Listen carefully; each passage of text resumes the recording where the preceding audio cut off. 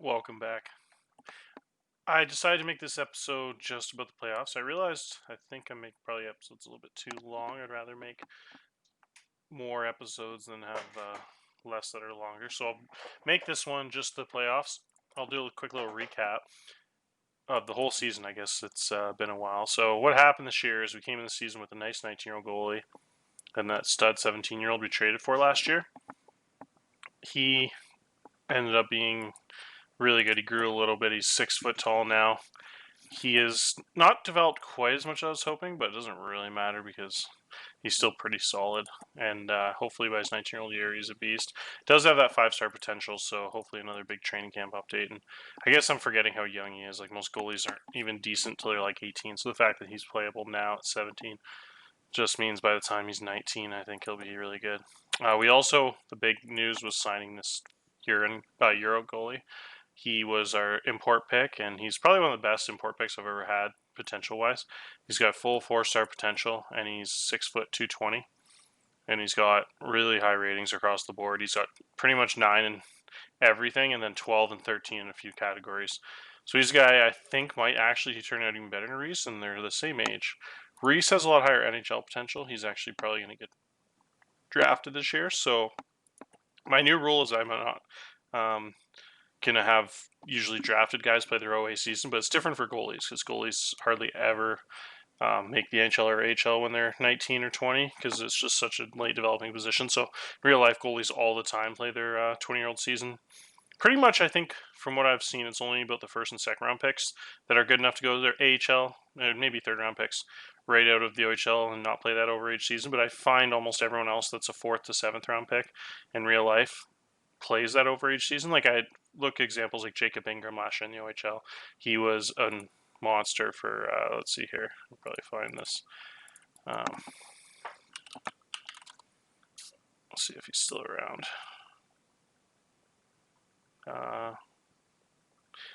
Was it Connor Ingram? No.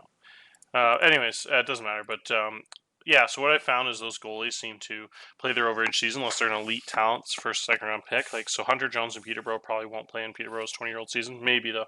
Michael DiPietro didn't play that 20-year-old season in Ottawa, and it just seems like those guys are drafted really high. Do have a spot in the AHL because they're like NHL elite talents. But I think if it's a guy like Reese and he's like a fifth, sixth round pick, he probably will play that overage season. So, like I said, I just have fun taking it as realistic as possible. But I have a really plan because Satko, I think, will be a guy that can start his 20-year-old season in the OHL and just be a monster, 6'6", like 230 or something. So I'm really excited to have those two guys around for a few years. They've been so close this season. If you look, our starter, the 19-year-old, who's really highly rated, he's probably our best guy now, 6'4", 237, has an 890 save percentage, and last year an 892. So he's been very consistent. Had a couple shutouts this year, 18-9 record. If you look at Reese, he's got an 876, not quite as good, but he was 20-5. Tried to get him quite a bit of appearances, and he was really good. And then I signed Satko around Christmas. He didn't want to sign early on. I randomly tried in like January or December, and he decided to sign, which was super exciting because I thought he might not sign until he was like 19 years old. I've had that happen a few times.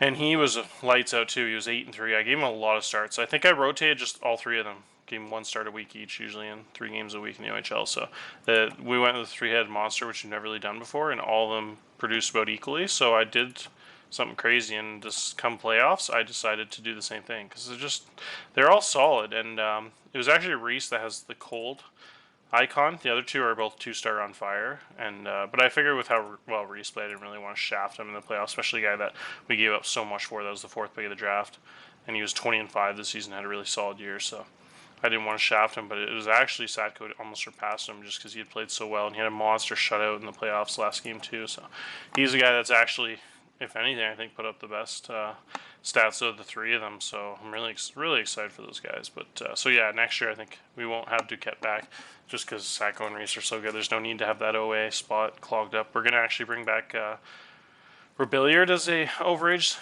guy. He's the guy that we traded. We got. That was that massive Owen Sound trade where we gave up our best players, Ampero, and our 19-year-old defenseman Parr, and a couple late round picks, and got back a second round pick for the future. That was our rebuild last year, and St. Pair went on to win the Memorial Cup for them that year, and it was a good trade for them. St. Pair was a beast. He was too good actually to play his overage season in the OHL, so he went over and played in the AHL and had a really good season, 36 points, and was a +9 player in the AHL as a 20-year-old. He's got a really bright future. He was our first round pick way back in the day.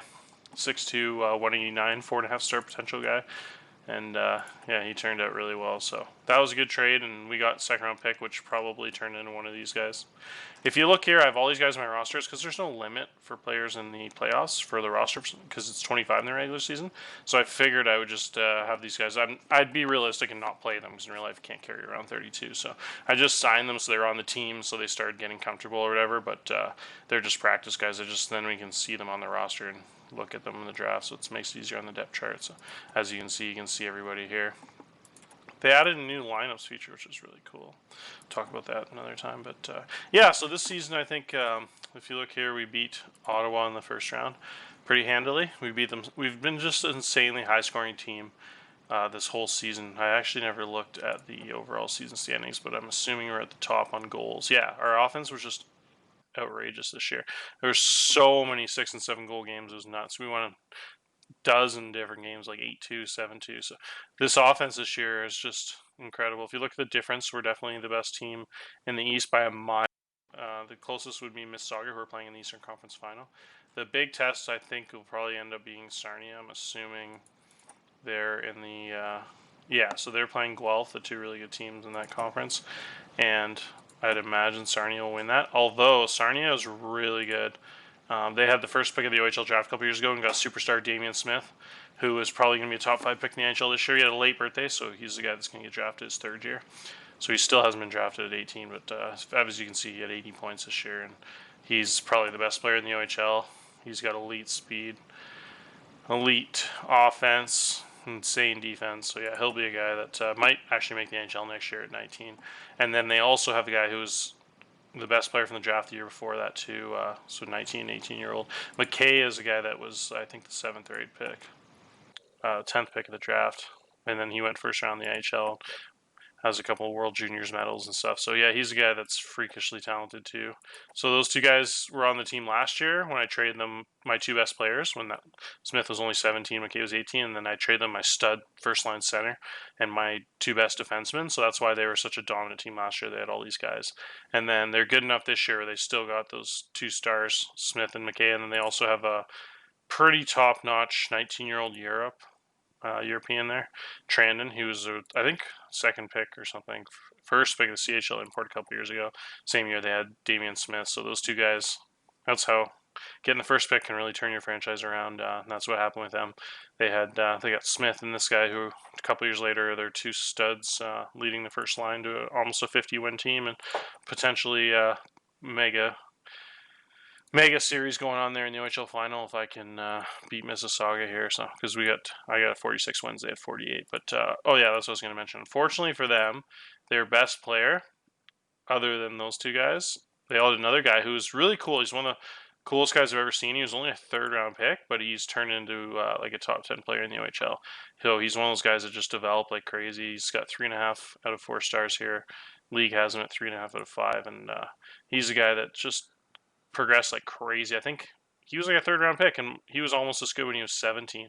He hasn't progressed a lot the last year too. He was all greens and stuff. So one of the craziest progressions I've ever seen from a mid-round pick. And as you can see, he got so good right away. That second year, he was already a 60-point guy, and then 80-point guy. And then this year, he was 30 goals in 55 games. But he is out for the season, so that's a major blow for them. He's an 18 rated two-way forward, so that's absolutely devastating because that was kind of what. Like, one good line usually means you're like a 40 to 42 win team, and having really good depth on the second and third line is the difference usually between like those 40 win teams and like the 50 win teams that like win the championship.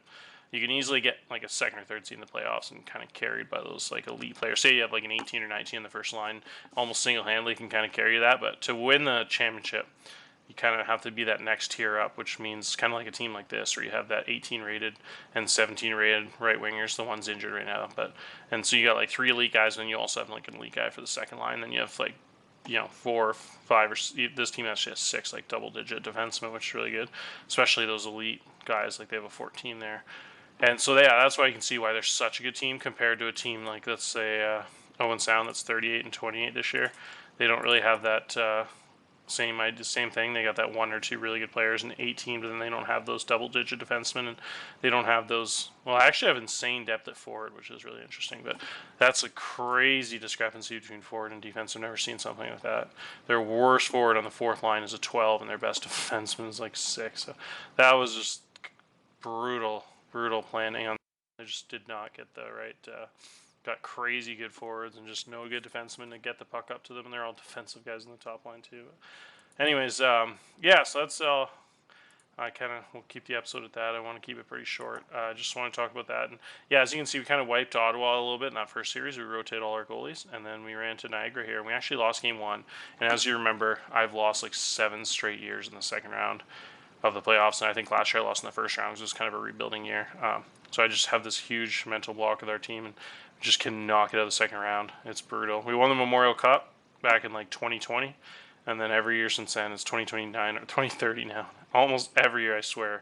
I don't know where to look it up. It's just like you can go to history and look at the team record, but I can't find out where to see if it's. But I'm almost positive we literally lost the second round every year. So I don't remember ever losing a first round, and I don't think we ever got to the Eastern Finals in any of those years. We were never quite good enough. We just kept running into really good teams in the like. It was pretty much Ottawa and Oshawa like 4 of those years. And anyways, so I saw friggin' Niagara, and we lost that game 1. I was like, oh no, not again. But we won a big game 2. We came through, and then game 3 was a crazy 1-0 win. And we hardly had any shutouts like all season.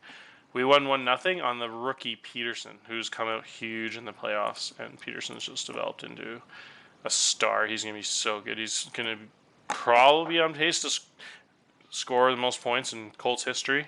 If you remember, Brenneman only had 62 points as a rookie, and Peterson in last games played missed about a week or 2 with injuries and had 78 points in 61 games, which is insane. And so we won a crazy shutout. That's what I was talking about. Satko was such a beast. We won a 1-0 shutout with a rookie 17-year-old there in net. And then the next game, we won 7-0, take a big 3-1 lead, 3 wins in a row.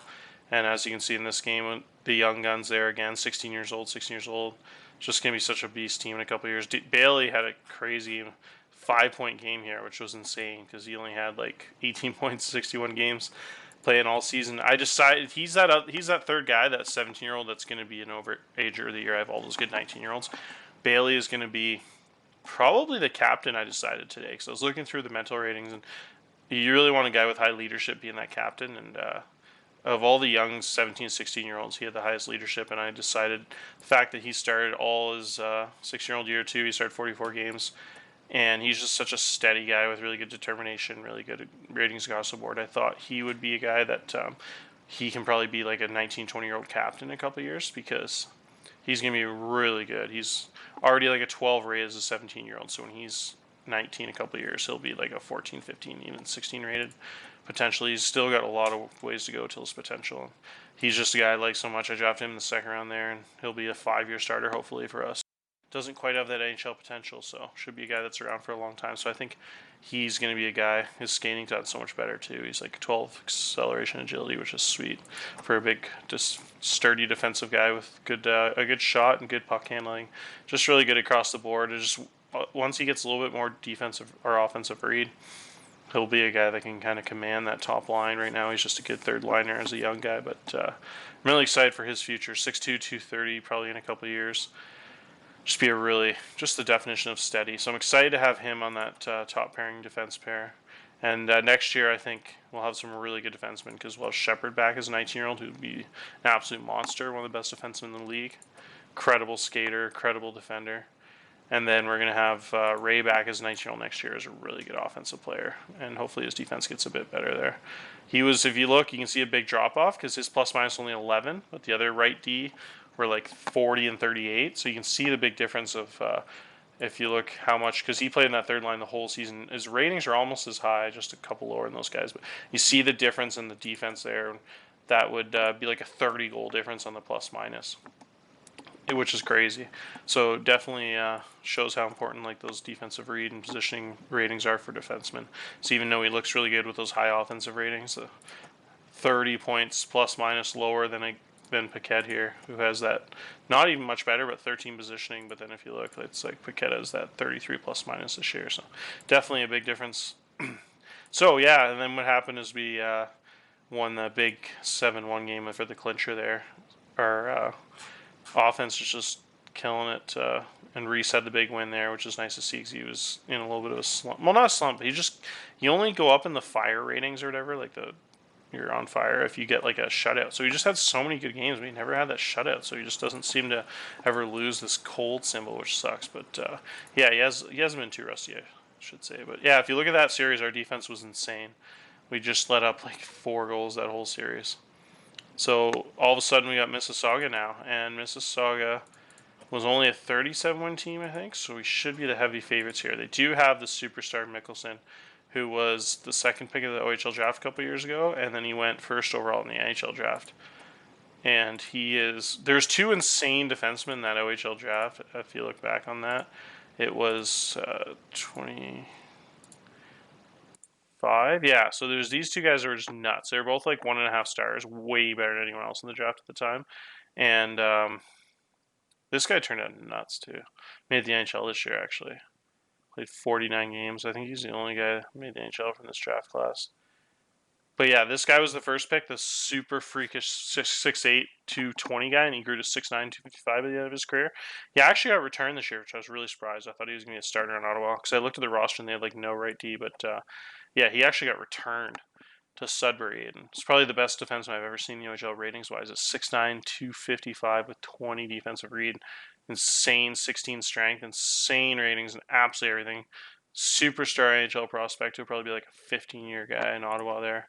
Reminds me of Chara. And then this guy was almost as good. Casey Mickelson at the time, I think, when he was picked in the OHL draft, he was like 6'2", and maybe like right around 200, maybe 6'3", 205 or something. And he grew all the way to 244 and just turned into a freak. He's got 17 strength, 18 shooting range. So he's 6'4", almost 250 with a booming slap shot, elite strength, and crazy puck handling, which for a guy that's 6'4", 244 with 17 puck handling, very insane defense across the board. So these are honestly maybe the 2 best defensemen I've ever actually seen in the OHL at 19 years old. They're both good enough to probably be almost starters in the NHL, but it's tough to crack an NHL lineup as a defenseman, young defenseman. So those guys are actually both returned. So I have to play against Mickelson, but Mickelson's a little bit of a one-man team here. No one else over 2.5 stars on that team. So if you look, he's an 18 rated, and they have a couple 15s on the wings. A little bit weaker at center there. They got a 10 on the first line, which is pretty weak for a first line center, and then a 9 and a 7. So we can hopefully probably win this matchup. They just have that elite defenseman, but we're kind of better across the board, almost every other position than them. Those 2 15 wingers will be pretty nice, but we also have 2 like 15 rated wingers, so we have a lot better team, I think, if you look at the actual ratings wise. So our defense is pretty similar. They just don't have a good third line, but the third line doesn't play a lot of minutes. They're obviously going to ride this Mickelson guy for a ton of minutes, so it'll pretty much be him, and then that first line will play a lot. But yeah, really bad depth on the third and fourth line, so hopefully we can expose that with our good third and fourth lines and win the series. But I've had these matchups before where we're quite a bit better and we lose. So, I mean, not going to get too excited. So right now, first game, we're going to start with Duquette, and we're actually going to sim this game. Might as well play some games here in the episode.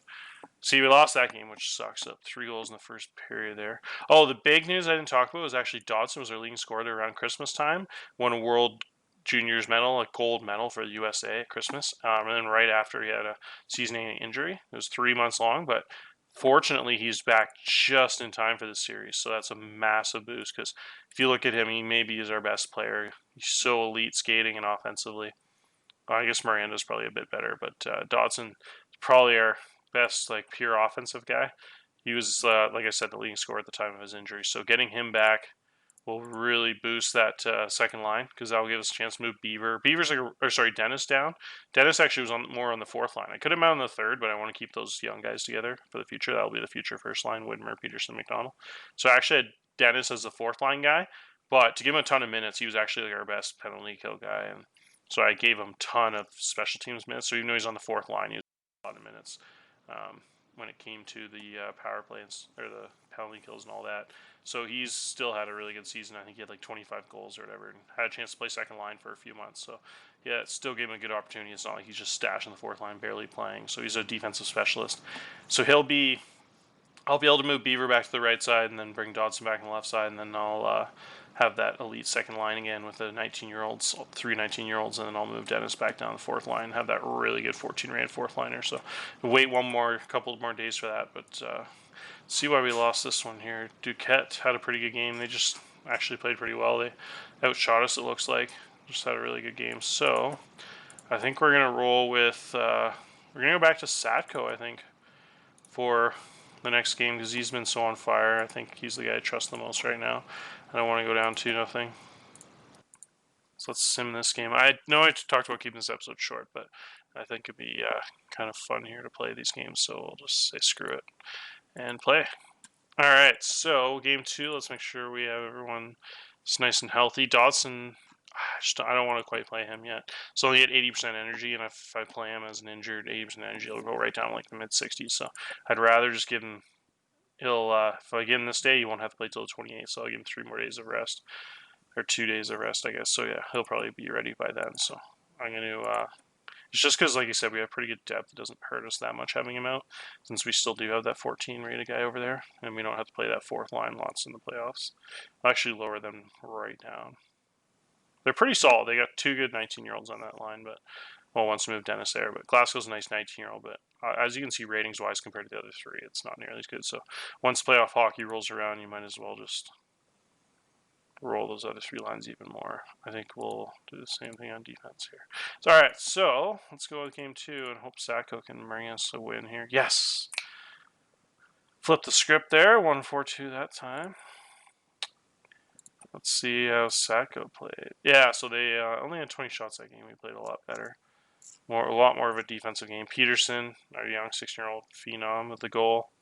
Ray is in a lot of fights this season. He actually fought the big 6'4", 240-pound beast. If you look, he's got 12 fighting, which is probably the highest I've ever had in 10 years of players. They almost always every guy you draft almost always has 3 to 5 fighting, so it's very rare you get a guy go up that much. So there's some guys in the draft that will have like 10 fighting. They're just like pure physical guys. They usually have like 7 skating, so I don't really draft them. But Ray was one of those rare guys that I actually drafted him because his name was pretty funny, and he was a right D that was pretty good at offense. So I was like, screw it. And he's turned into a really good player. He's got, he just turned 19 years old. He'll be 19 years old next season. And a really big beast. But yeah, so it's funny looking here. It looks like we had a big fight there between those 2 guys. Mickelson and Ray, which is awesome. But yeah, so we won that game, which is huge. 100 defensive rating from that. That's huge. Stewart, Bailey. So yeah, that was quite the game there. Lisak had a big game, our 19-year-old foreign center there. All right, so maybe we'll just keep this goalie rotation going, and we'll just go with maybe Reese this game. Might as well just give everyone a chance. It's been working all season, so you don't want to second guess yourself when the times get tough. Stick with what's working. Reese is our stud 4th overall pick we traded for last year. All right, let's see if Dodson's still not ready. So I'm going to risk it since we're tied 1-1. We're not down 2-0. I think if we're down 2-0, I'd probably pull him in right now, but I'm going to just try and get him healthy before he gets back, because he's going to be pretty rusty, especially if he's not full health yet, 80%. So I don't really want to play him yet. I know it's the playoffs and he's one of our best players, but it's not like he's that first-line center, first-line power play quarterback or something. He's just, I don't think there's that much of a drop-off without him in the lineup, even though he's a really good player. So yeah, we're going to go with Reese here. I think the only change we'll make is we're going to give...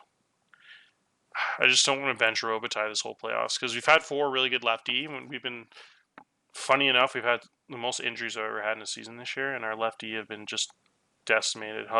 Halton had 2 like massive injuries and missed like almost the whole season. So Bailey, Robitaille, and Stewart pretty much played the whole year, and as you can see, none of them played over like 59 games. So even those guys had multiple injuries. So I don't think any of the defense were healthy all year. So we've almost always just had 1 injured. So now that we have all 4 healthy, I don't really want to shaft one of the guys. So I've been rotating a few of those guys, because Stewart's like the stud. The guy's definitely had the best season by a mile, and he's like the pure offense guy.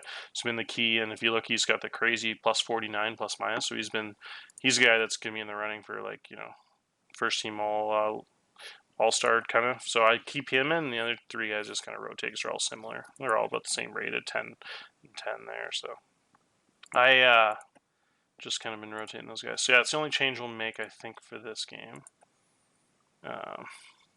Yeah, let's sim here.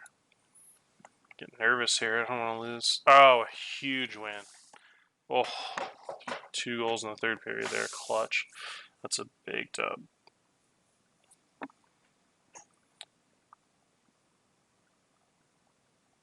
Sorry, this episode's getting really lengthy, but it's alright.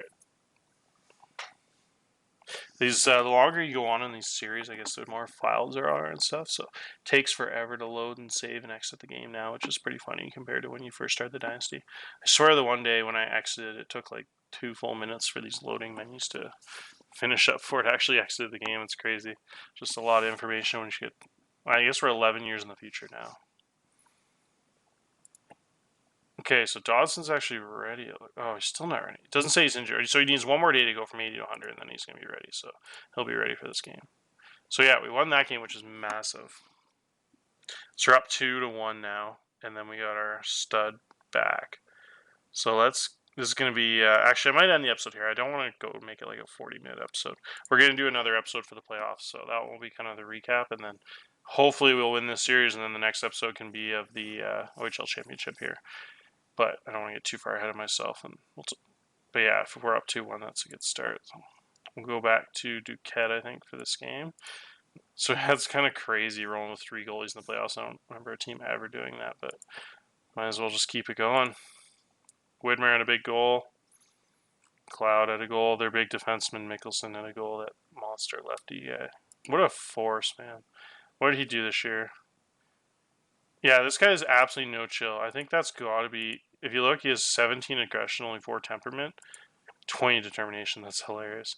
If you look, he had 392 penalty minutes, and like, god damn, that's just outrageous. As an 18-year-old, it's got to be like an all-time record in the OHL, especially for the last 15 years since the game kind of changed. There's not as many penalties anymore, with like the enforcers getting those crazy fights every game.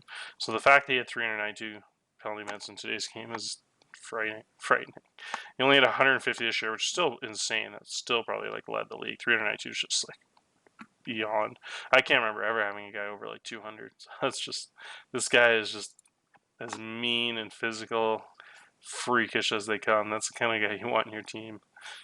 Oh man, what crazy rating. 17 professionalism, 12 leadership, 20 determination, 15 bravery, just high in everything, except for team players, a little bit low. Obviously temperament, but his ratings across the board. I have a defenseman with an 18-11 shot. Yeah, that's as good as I've ever seen in the OHL. This guy is just going to be so good for the Leafs there.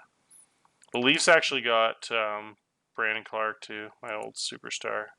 He's had such a nice NHL career. Had a couple bad years records-wise, team-wise on the Islanders. You can see all those -30s, but it's more of the team sucking. He's been like a 4-time All-Star as a 26-year-old, so he's turned into one of the elite players in the NHL.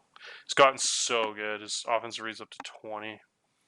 But yeah, if you remember, he was a star for us for 3 years. Actually made the NHL at 19 there, which Mickelson didn't this year, but not for the whole year. But yeah, if you remember that year, he was crazy.